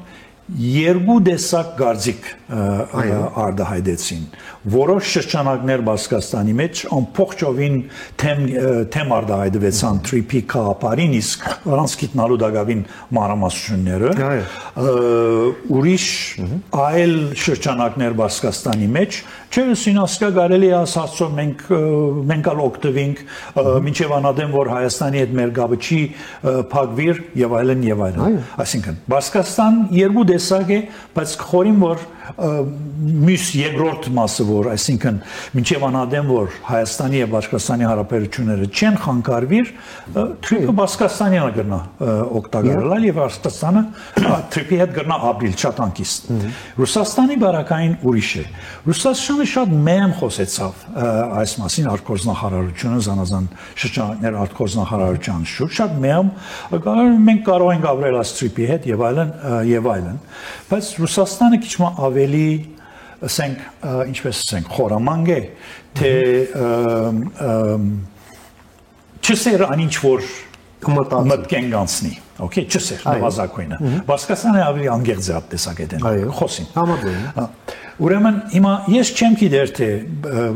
Մոսկվայի մեջ ինչ խոսակցություններ դեր ունենան Թրիփի մասին եւ Թրիփի առնչությամբ ինչ պատրաստություններ դեր ունենան չգիտեմ գրնա չլա չգիտեմ բայց գիտեմ որ Ռուսաստանի շահը այո շրջանի մեջ թե Ադրբեջան թե Հայաստանի մեջ Ռուսաստանը երկար դասնամյակներու եթե ոչ 2-3 տարու նվազագույնը պատմություն ունի գայսերական պատմություն մշակութային հարաբերություն գրոնական հարաբերություն եւ այլն հիմա ադի մեկ բայց Ռուսաստանի շահերը այսօր ես կխորիմ Ադրբեջանի հետ են ստրատեգիկ շահերը ավելի Ադրբեջանի հետ են, քան թե Հայաստանի հակառակ որ երկար դարերով հարաբերություն ունենք, հակառակ որ զինվորական բազաներ կան Հայաստանի մեջ, ռուսական զինվորական բազա կա եւ այլն եւ զինվորներ ուրիշ թերագադարություններ Հայաստանի մեջ, բայց իրենց գլխավոր շահը Ադրբեջանի հետ։ Ինչպես տեսակ անցյալ ամբողջ դարվա ընթացքին, երբ որ իրենք սկսան հագամարտության մեջ մտնել Ադրբեջանի հետ եւ ամբողջովին գաբերը խզված էին, շաբաթ մի երկու առաջ ըստ երևույթին բոլոր խնդիրները լուծվեցին եւ ինչու, ինչ է շահերը բանի։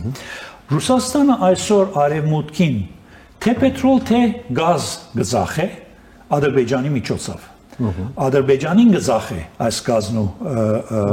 պետրոլը, նա վերավաճառում, անալ գվերավաճառը որպես թե իրն է, որովհետև ռուսականը գսե թե իր դեղական պետքերուն գործած է, իսկ իր արդատրած Ադրբեջանի արդատրած Եվրոպա, որում ռակ խնդանք, իսկապես ռուսն է որ, ուրեմն ռուսական ավրանքներն է որ Ադրբեջանի միջոցով Ադրբեջանի համագործակցաբար գծախվի Եվրոպայի։ Գտեսնեք աստեղ ոչ թե արևմուտքի, Եվրոպա եւ Իսրայել։ Գտեսնեք աստեղ արևմուտքի ասենք գեղձավորությունը թե որպես թե բանին Ռուսաստանի թեմ սանկցիաներ տրված են եւ այլն Հնդկաստանի գստիբե որ պետրոլ չստանա, Չինաստանի հետ գործե հարաբերի որ պետրոլ չստանան Ռուսաստանի, բայց աճ կկոչե Ադրբեջանին ծախածին Եվրոպայի։ Okay։ Ուրեմն ինչու որովհետեւ դնդեսական շահեր կան։ Արևմուտքն դնդեսական շահ ունի ասոր մեջ, որովհետեւ Գերմանիան հավանաբար ամբողջովին անդամալյուզ կգնալ, եթե չստանա այս հավելյալ պետրոլը եւ գազը։ Հունաստանը նույնպես կստանա։ Որոնք էին մյուս երկիրները եվրոպական, որ Ադրբեջանին գազ եւ պետրոլ կստանային։ Իտալիան, Բուլղարիան, եւ իրենց տնտեսությունը հարաճ կքշեն, թե ոչ պիտի գահան։ Ուրեմն արևմուտքն շահ ունի Ռուսաստանի հետ համագործակցելու այս բարակային վերջո անուղագի ուրեմն կարելի չէ սև ջերմակ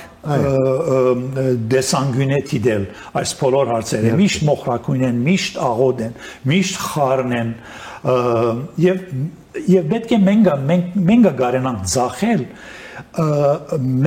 դնդեսական շահերը բոլորին որ մեզ հետ համագործակցաբար գրնան ունենալ նույնիսկ սթրիփի բաժարով եւ աբաշրջապակման կորզընթացքի մեջ ընդհանրապես եւ ամփոփելով պարոն Բալյան այո դուք շատ կարեւոր հարցին մոտեցրեցիք այս դիտարկումները խոսքը վերաբերում է օգոստոսի 8-ի համաձայնությունների այն երկկողմ փաստաթղթերի այդ ոլորտային, հա, որոնք շատ կարևոր են եւ դրանք կարևոր են Հայաստանի դիմակայունության բարձրացման համար, որովհետեւ այդ տնտեսական շահ ձևավորելու, ձևակերպելու համար կարողություններ են պետք։ Եվ ուրեմն դրանք վերաբերվում են կիսահաղորդիչներ, արհեստական ինտելեկտ եւ բարձր տեխնոլոգիաներ, դա մեկ։ Երկրորդը կոմունիկացիաներում մեծ ներդրումների մասին է խոսքը, խաղաղության խաչմերուկի տրամաբանության մեջ ներառյալ թրիփը, հա, եւ երրորդը դա միջուկային էներգետիկա եւ էներգետիկ անվտանգություն։ Հիմա այս ամենը բազային են Հայաստանի ներկա եւ ապագա տնտեսության համար։ Բայց եւ մենք տեսնում ենք, որ այո Ռուսաստանը այսօր հիբրիդային պատերազմ է վարում Հայաստանի դեմ, այդ թվում նաեւ որպեսզի խաթարի Հայաստանի կարողությունը բացված հնարավորություններից օգտվելու, իսկ եղած սպառնալիքներին դիմագրավելու համար։ Համաձայն։ Ճիշտ այս հարցով գուզեի հարցնել, թե արդյոք կարելի է Ամերիկայի համոզել, որ Ռուսաստանն որոշ թերագադարություն ունենա, առանց ջնշիչ կամ որոշիչ թերագադարության, բայց թերագադարություն ունենա եւ շահ ունենա, ինչու՞ չէ, այս թրիփի, եթե թրիփը, երբ որ թրիփը բացվի եւ իրականություն դառնա, հա։ Ռուսաստանն շահեր ունի Թուրքիո հետ իր հարաբերություններու մեջ։ Ռուսաստանը հարաբերություն ունի Թուրքիո վրայով արաբական երկիների հետ Սուրիայի հետ արդեն սկսած են նոր հարաբերություններ զարգացնել եւ մյուս արաբական երկիներում մեջ Ռուսաստանը հարաբերություն ունի Իսրայելի հետ ասամփոփը գանցնի Թուրքիո վրայով իսկ Ռուսաստանը ինչպես պիտի անցնի Թուրքիա Ադրբեջանով մտնելով Հայաստան հետո անցնելով Թուրքիա Գարելի է այս ուրեմն հարաբերությունը եւ trip-ի ուղի թերագադարությունը այս հարաբերության մեջ ներքրավել դարածքային ամբողջ աբաշրջափակման կորձի մեջ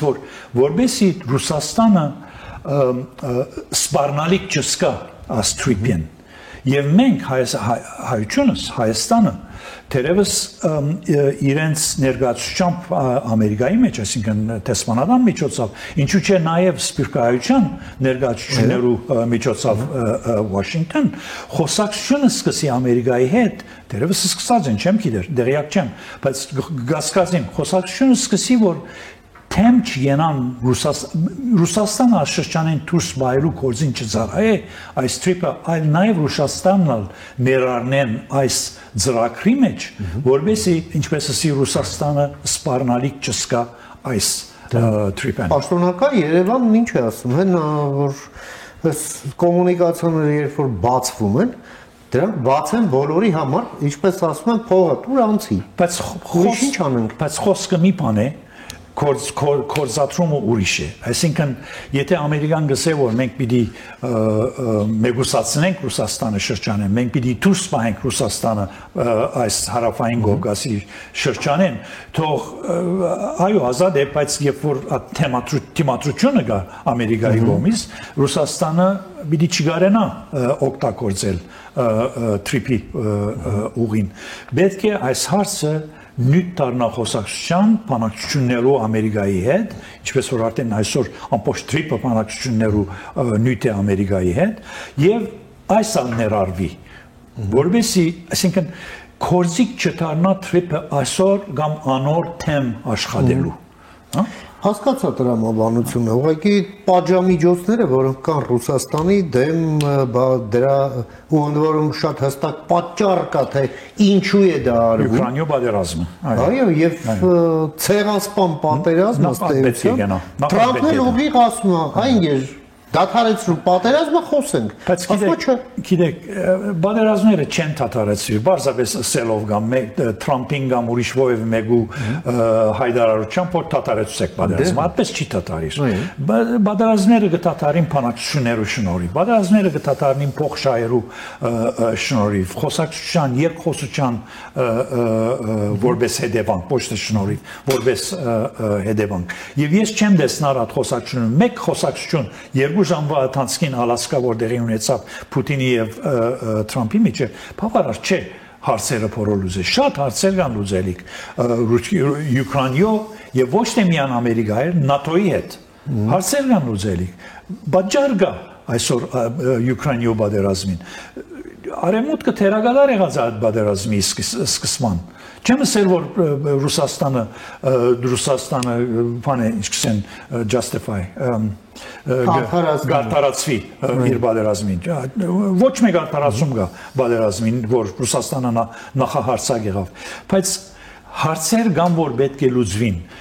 Ուկրաինայո ուրեմն անվտանգության հարցը Ուկրաինայո անդամակցությունը ներողություն անդամակցությունը ՆԱՏՕ-ի մեջ Եվրոմիության մեջ ասամփոփ չպետք է սեղանին վրա դրվի եւ դրամապանական ծևով խոսվի եւ հարթավի բարձրապես հայտարարելով որ Ուկրաինայո պատերազմը վերջացուցեք չի վերջանար նույնիսկ Թրամփը չգնար ադիգանել ներեցեք Շատ շնորհակալ եմ պարոն Բալյան ձեր այս կարևոր դիտարկումները եւ գնահատականները մեր հեռուստադիտողին ներկայացնելու եւ Երևանում գտնվելու ձեր ժամանակից մեր եթերին հատկացնելու համար Ես եմ շնորհակալ Միշտ կցանկանամ ձեզ հետ հետայսու եւս թեկուզ եւ on-line, բայց ինչու՞ չէ կապ պահպանել մեր տաղավար տեսակապով այցելեք եւ քննարկենք տարբեր հարցեր, որոնք դեռ զարգացումները դեռ առջևում են։ Ամենայն բարիք ձեզ եւ հաճելի ժամանց Երևան։ Շնորհակալություն։ Մենք զրուցեցինք մեր գործընկեր իրավագիտության դոկտոր կոնֆլիկտների կարգավորման հարցերով փորձագետ Հրայր Բալյանի հետ, լսեցինք իր դիտարկումները եւ գնահատականները կապված մեր տարածաշրջանում օգոստոսի 8-ից հետո տեղի ունեցած փոփոխությունների եւ ուրվագծվող միտումների հետ։ Կարճ դադարից հետո կվերադառնանք, մնացեք առաջին լրատվականի հետ։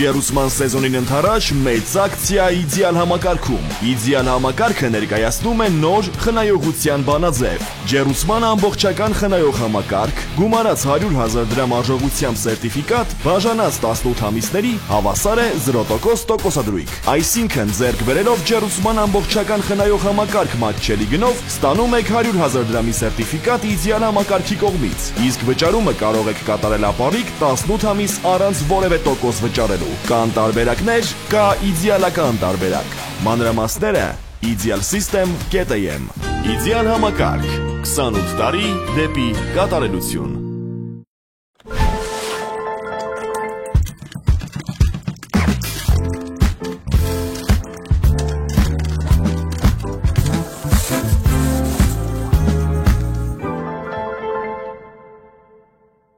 Նախադեպը չունեցող Սանկերամիկայի ակցիա իդեալ համակարգում։ Գնեք Սանկերամիկա կամ լոգասենյակի կահույք եւ ստացեք նույն գումարի չափով ծորակն ընդամենը 1 դրամով։ Ընտրեք ծորակների ավելի քան 1200 առկա տեսականուց ձեր նախընտրածը վճարելով ընդամենը 1 դրամ։ Ապառիկը տեղում 18 ամիս 0% տոկոսադրույքով։ Շվեյցարական Laufen, գերմանական Hansgrohe, իսպանական Gala, լեհական Deante եւ իտալական Dolomite ապրանքանիշերի որակյալ երկարակյաց ու անկրկնելի տեսականին ձեզ է սպասում իդեալ համակարգի խանութ սրահներում։ Կան տարբերակներ, կա իդեալական տարբերակ։ Մանրամասները idealsystem.am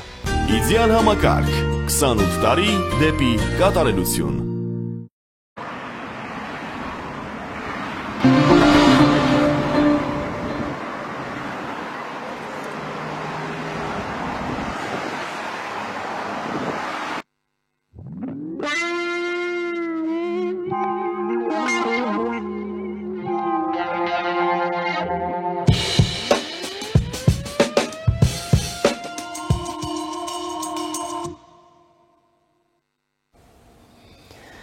Շարունակում ենք մեր թողարկումը, առաջին լրատվականի եթերում կրկին Մեհրաբյան օնլայնն է, ես Ռուբեն Մեհրաբյանն եմ։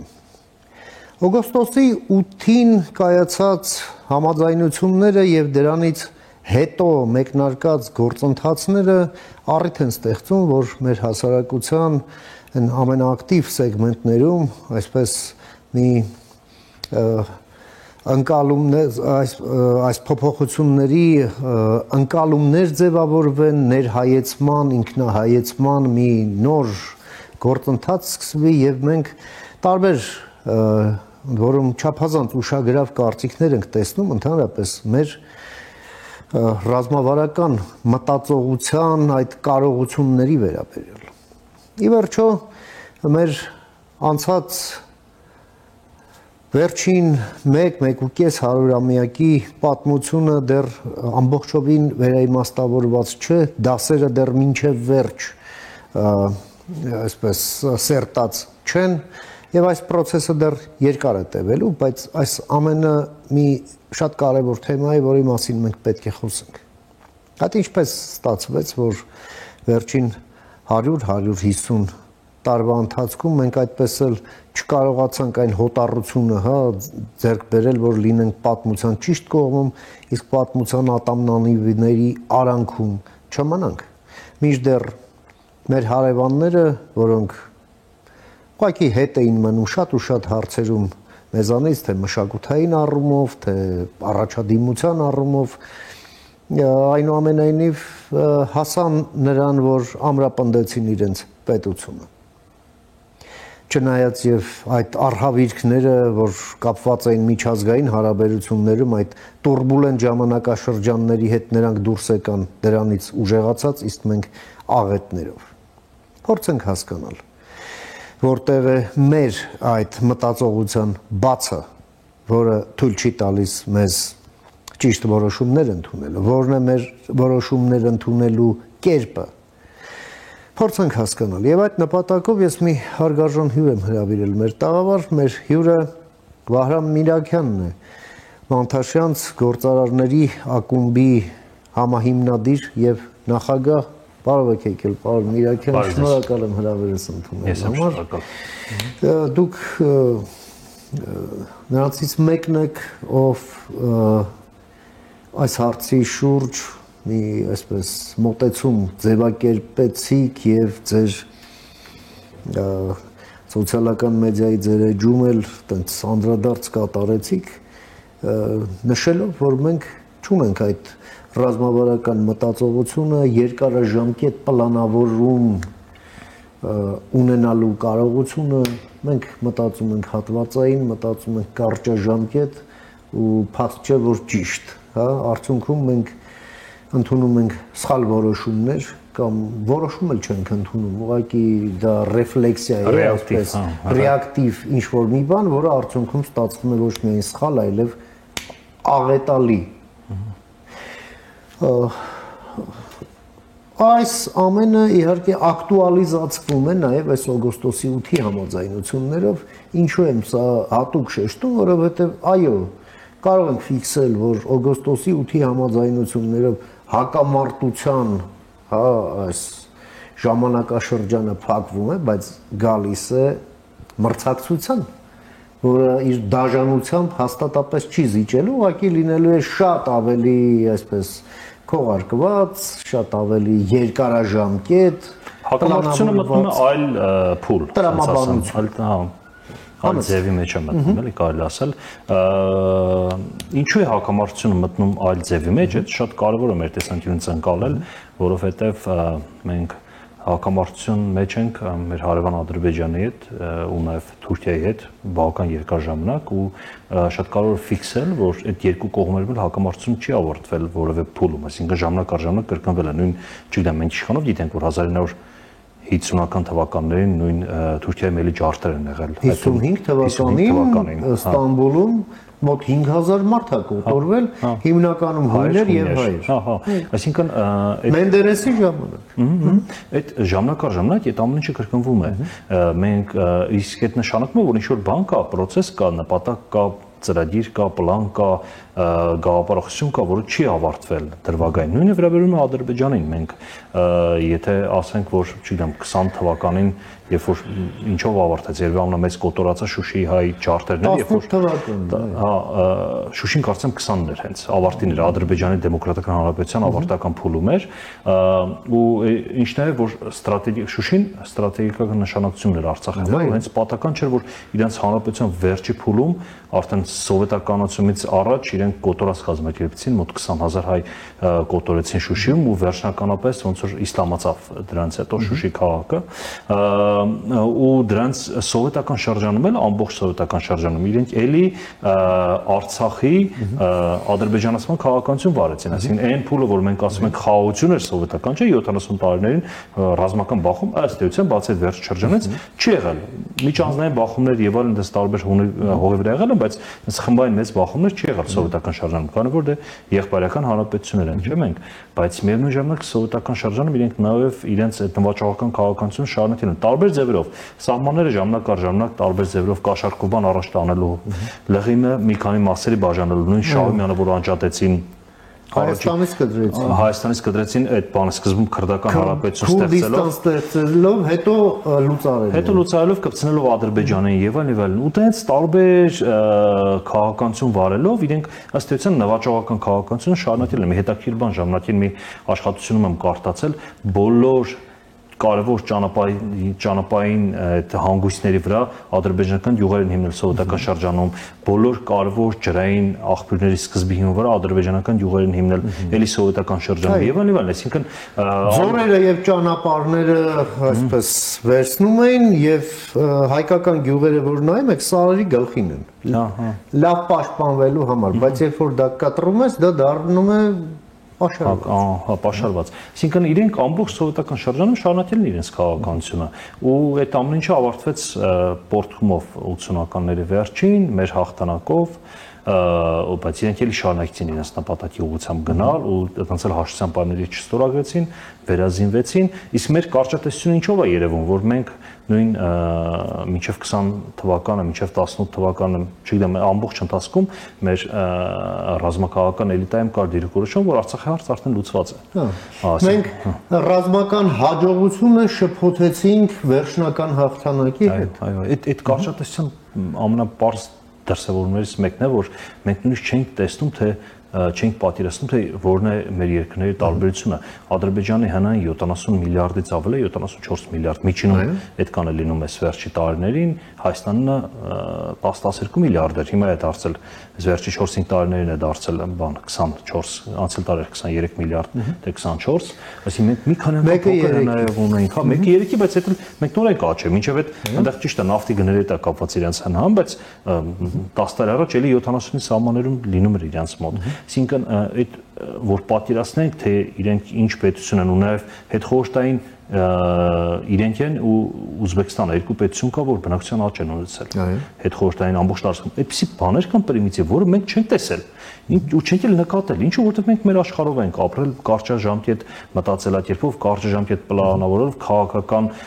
ներքաղաքական ցիկլերով, ռազմավարական մտածողությունը ձևավորում ներքաղաքական ցիկլերով, ներքաղաքական խոստումներով, որի հիմնական խնդիրը ընտրազանգվածների գրավելը, ընտրությունից ընտրություն, ինչ որ ընտրազանգվածներ գրավել, ամբողջ պետության ռազմավարությունը կենտրոնանում էր ընտրությունից ընտրություն, ընտրազանգվածներ գրավելու միջոցով հարցեր լուծել։ Եթե չեմ սխալվում, Չերչիլի ասածներ չէ, որ քաղաքական գործիչը մտածում է հաջորդ ընտրությունների մասին, պետական գործիչը հաջորդ սերունդների մասին։ Հաջորդ սերունդների, հա, լավ խոսքեր չէ, լսել ես լավ խոսք չէ, հա։ Հա, մեր մոտ հենց այդ է ցավոք սրտի, հիմնականում հաջորդ ընտրությունների, իսկ սերունդների մասին մտածելը ավելի շատ անձնային մակարդակով, ընտանեկան մակարդակով է եղել, ոչ թե պետության հասարակության։ Հա, մեր ընտանիքի սերունդները լավ լինեն։ Պարոն Միրաքյան, հիմա փորձեմ ձեզ այսպես առարկել հետևյալ բանով։ Տեսեք, Շահ Աբբասից հետո, երբ Հայաստանն ըստ էության դատարկվեց 1620-ականներին, հա, դատարկվեց, այստեղ Արևելյան Հայաստանը երևի։ Այո, Արևելյան Հայաստանը դատարկվեց, Արևմտյան Հայաստանն էլ ցեղասպանվեց 19-րդ դարի վերջերից եւ 15 թվականով, հա, այսպես, դե մինչև 23, այսպես վերջին մնացորդներն։ Բայց մյուս կողմից, այստեղ, երբ 1918 թվականին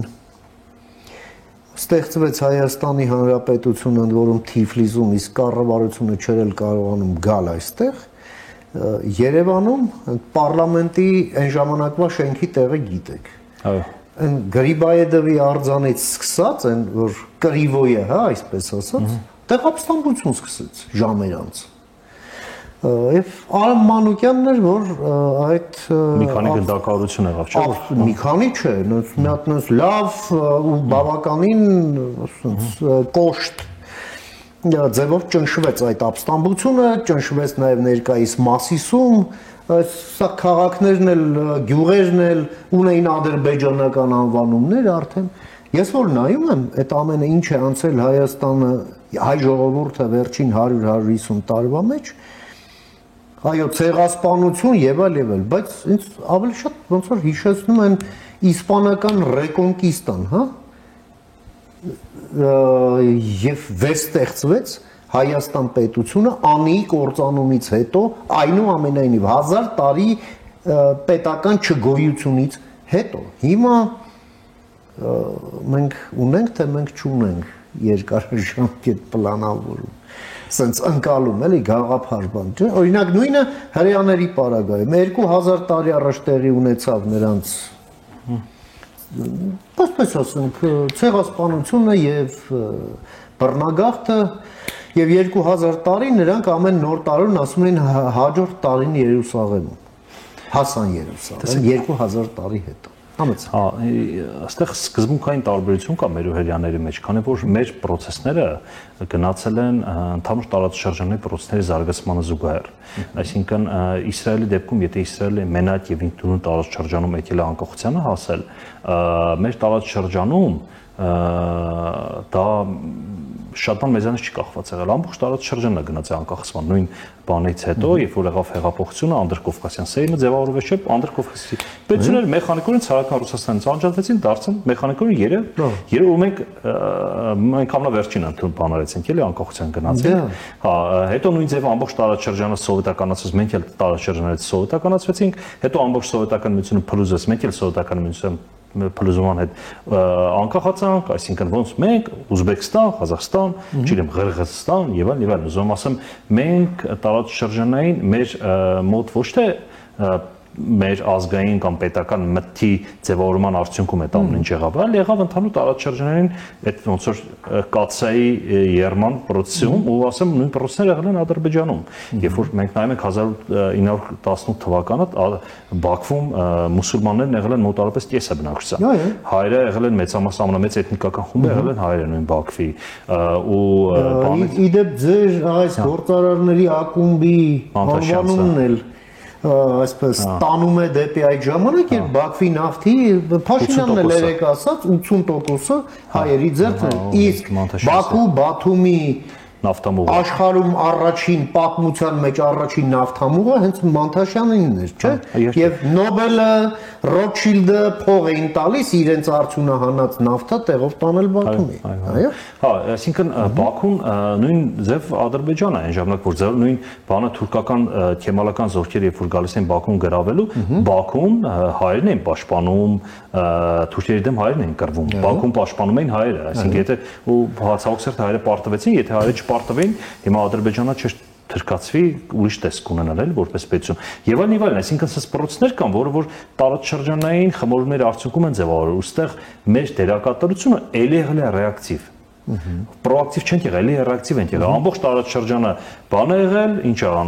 անկախացել է, մենք էլ ենք անկախացել, ամբողջ տարածաշրջանը սովետականացել է, մենք էլ ենք սովետականացել ու շատ հարցեր արել ենք շատ բան, ուշացած եւ սխալ եւ ու չենք օգտվել պայի հնարավորություններից, այսինքն նույն սովետականացման շրջանում, երբ որ արդեն ոնց որ թվում էր թե բաներ էլի անխախտել է այդ սովետականացման շրջանը Հայաստանում որոշել է ամբողջություն անել։ Արդյունքում Հայաստանը որպես պետություն տուժել է այդ շրջանում եւ այլն, էլի, այսինքն տենց ես դրա համար այդ ձեր նշած օրինակները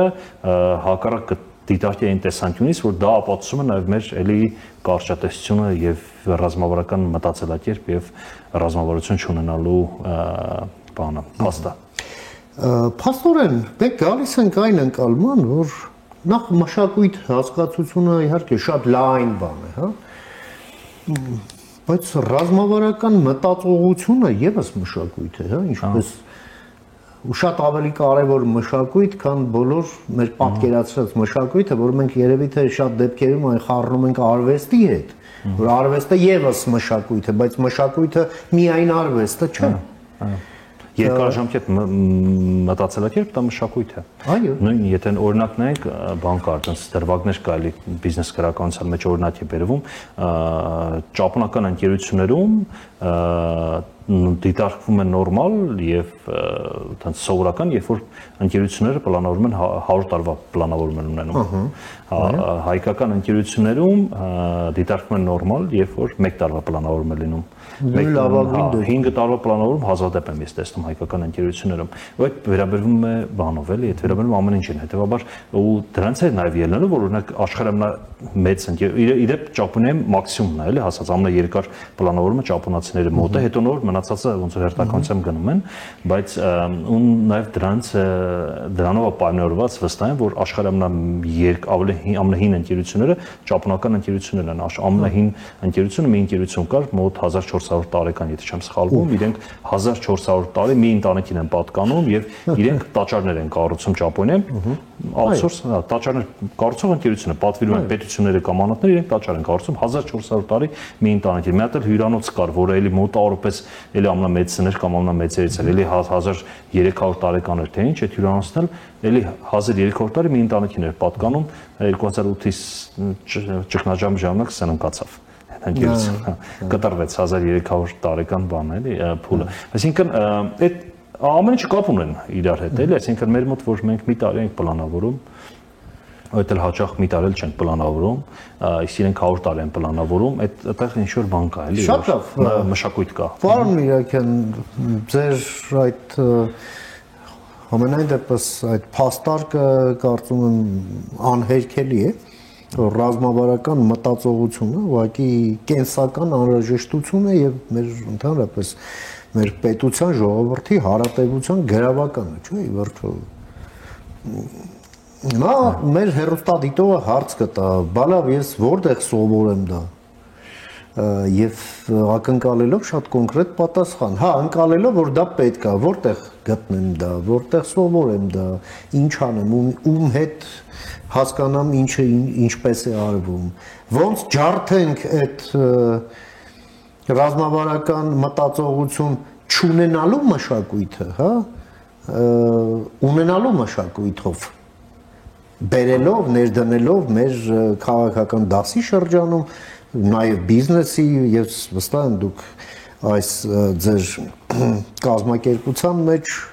նաև հենց այդ բիզնես մշակույթի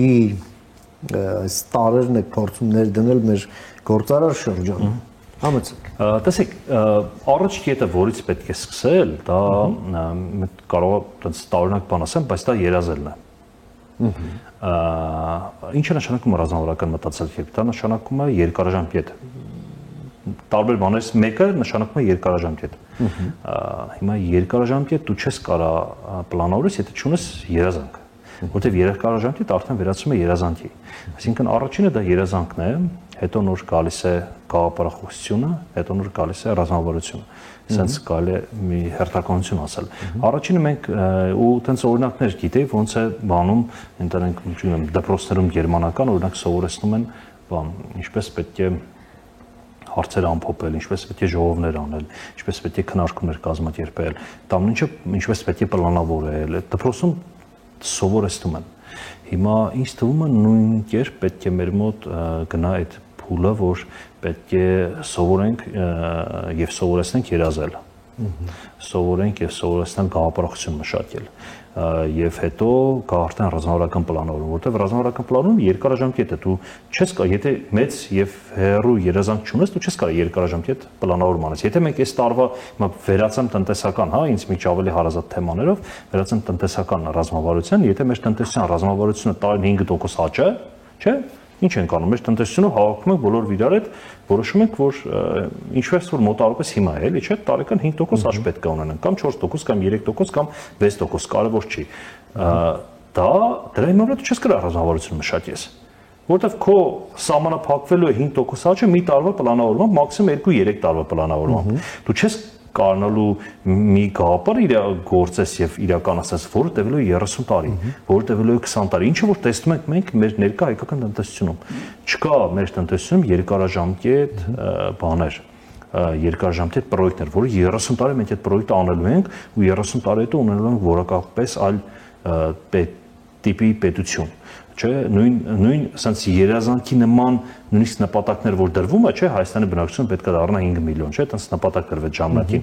Հետո ու այդքանով վերջ ավարտում է, հետո ինչ որ որևէ քայլեր չեն գնում այդ ուղղությամբ։ Այսինքն մենք չենք տեսնում, հա, եթե 5 միլիոն ուրեմն տարին պետք է պայմանական ասած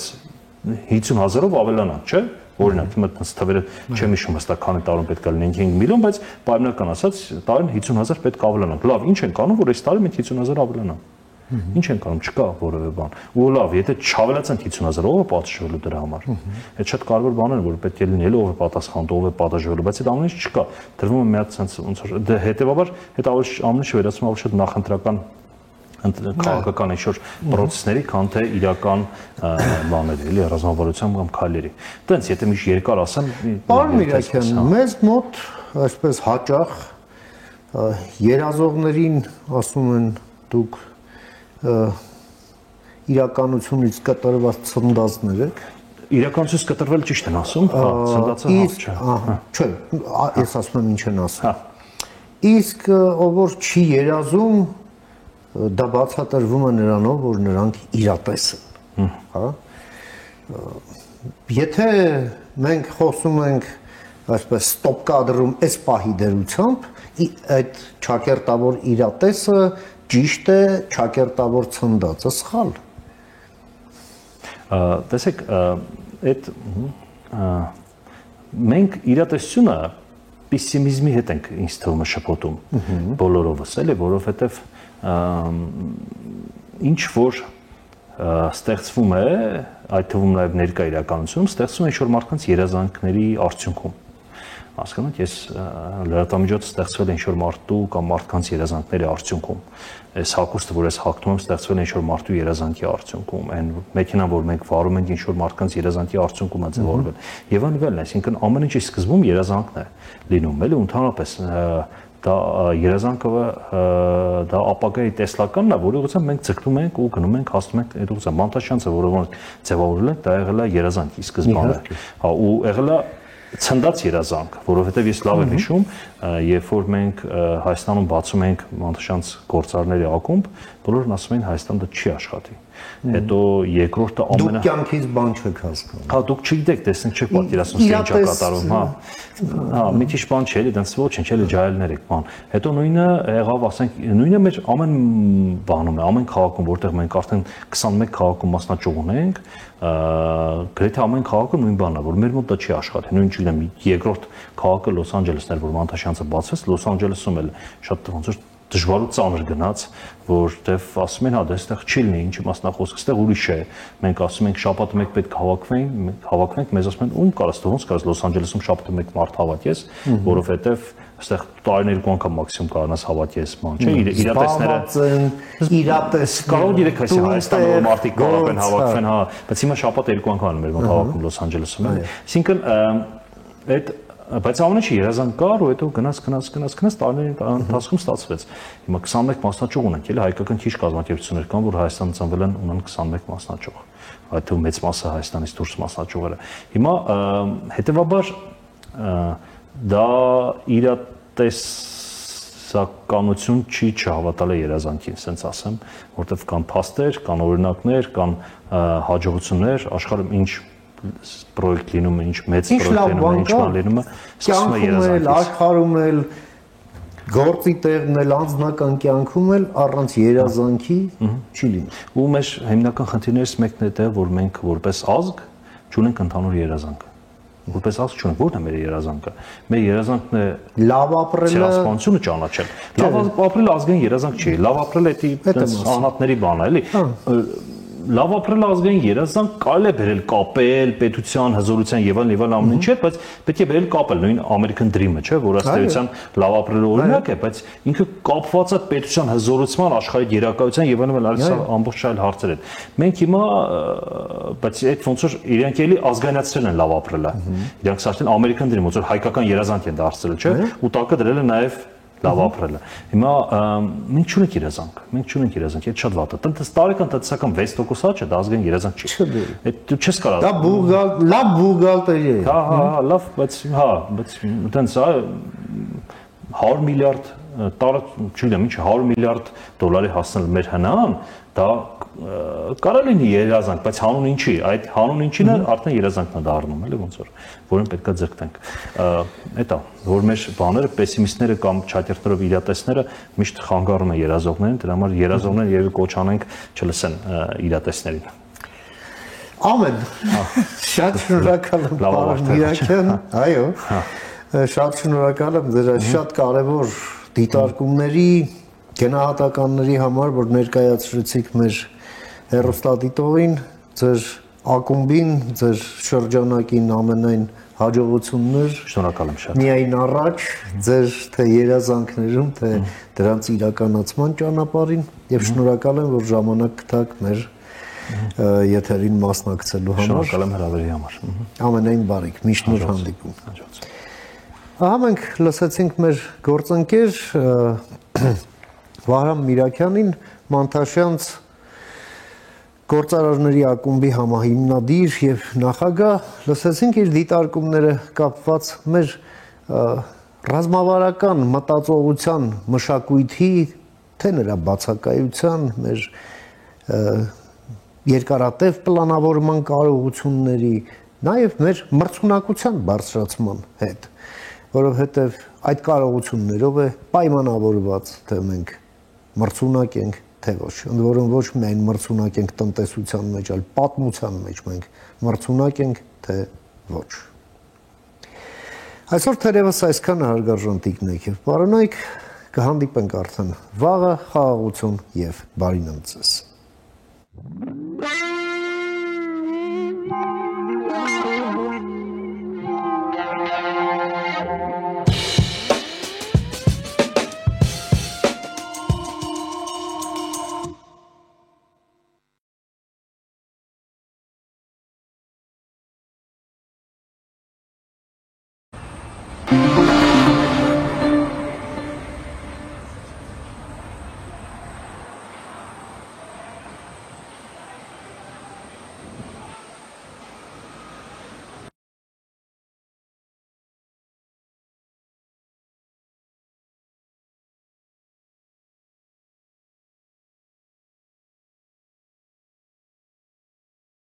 Ջերուսման սեզոնին ընթരാճ մեծ ակցիա իդեալ համակարգում։ Իդեալ համակարգը ներկայացնում է նոր խնայողության բանաձև։ Ջերուսման ամբողջական խնայող համակարգ, գումարած 100,000 դրամ արժողությամբ սերտիֆիկատ, բաժանած 18 ամիսների հավասար է 0% տոկոսադրույք։ Այսինքն ձեռք բերելով Ջերուսման ամբողջական խնայող համակարգ մատչելի գնով ստանում եք 100,000 դրամի սերտիֆիկատ իդեալ համակարգի կողմից։ Իսկ վճարումը կարող եք կատարել ապառիկ 18 ամիս առանց որևէ տոկոս վճարելու։ Կան տարբերակներ, կա իդեալական տարբերակ։ Մանրամասները idealsystem.am Իդեալ համակարգ 28 տարի դեպի կատարելություն։